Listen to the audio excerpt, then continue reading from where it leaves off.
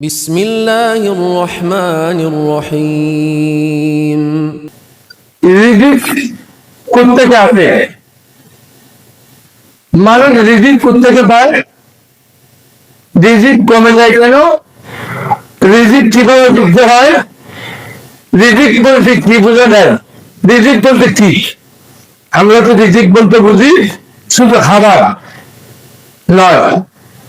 রিজিক মানে শুধু খাবার নয়, রিজিকের ভিতরে অনেক জিনিস আছে। তো সময় কম দিতেন, আমি সংক্ষিপ্ত আকারে বলে যাচ্ছি, একটু খেয়াল করতে হবে।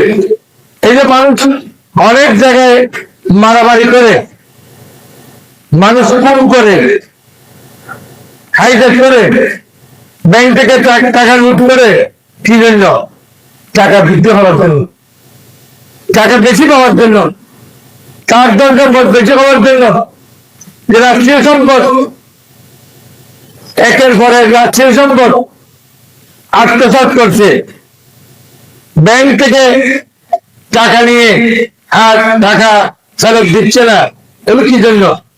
রিজিক বৃদ্ধির জন্য, টাকা বৃদ্ধি হওয়ার জন্য, টাকা বেশি হওয়ার জন্য, ধনী হওয়ার জন্য। বরং নয়, আল্লাহ বলেন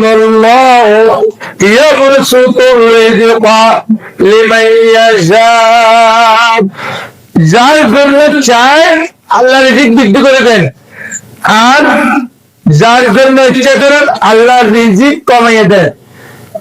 সুবহানাল্লাহ বলবেন না?